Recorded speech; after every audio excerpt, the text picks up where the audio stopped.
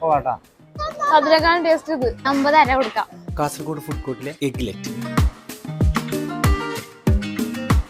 മസാലപ്പൂരി അതിന്റെ ഒരു ടേസ്റ്റ് ഇഷ്ടപ്പെട്ടു. Classic nachos. നാച്ചോസിൽ തന്നെ 3 ടൈപ്പ് ഉണ്ട്. അതിൽ ക്ലാസിക് നാച്ചോസ് ആണ് ഈ സാധനം. കാസർഗോഡ് ഇത് ഇവിടെ മാത്രമേ കിട്ടുള്ളൂ. പോവാട്ടാ. നമ്മളെ കണ്ണൂർ നാട്ടിലെല്ലാം കിട്ടുന്ന കച്ച് എന്ന് പറയും. കാസർഗോഡ് ഇപ്പൊ വന്നു തുടങ്ങി. നമ്മൾ ചക്കളിയിൽ അച്ചാറിട്ടതെന്നോ ഇങ്ങനെ മുറുക്കാം. സത്യം പറഞ്ഞാൽ എനിക്ക് ഇല്ലേ ഈ അച്ചാറോടും ഇങ്ങനത്തെ കറുമുറോടും പ്രിയം കുറവാണ്. 5 ഉണ്ടായിരുന്നു. അതിൽ 4 ഞാൻ കഴിച്ചു. അതിന്റെ തൊട്ടടുത്തുള്ള കഫേ ടീ ഏരിയയിൽ 2 ഐസ്ക്രീം ഓർഡർ ചെയ്തു. 9 എന്തായാലും കൊടുക്കാം. ചോക്ലേറ്റ് വലിയ താല്പര്യമില്ലാത്ത ആളാണ് ഞാൻ, പക്ഷെ ഭയങ്കര ടേസ്റ്റ് ഇത്. ഡെത്ത് ബൈ ചോക്ലേറ്റ്, പേര് തന്നെ ഒരു വെറൈറ്റി അല്ലേ. അതുപോലെ തന്നെ ചോക്ലേറ്റ് ലവേഴ്സിന് എന്തായാലും ഇഷ്ടപ്പെടും. വീണ്ടും എഗ്ലെറ്റിലേക്ക് തിരിച്ചു വരാം. ഭക്ഷണത്തിൽ ഭയങ്കര ഇഷ്ടപ്പെട്ട സാധനമാണ് ഈ നൂഡിൽസ്. അതുകൊണ്ട് ഇതിന്റെ അഭിപ്രായം ഞാൻ തന്നെ പറയാം. അതിന്റെ മസാല കൂടുതൽ ഇഷ്ടപ്പെടുന്ന എനിക്ക് എന്തായാലും നൂഡിൽസ് ആണ്.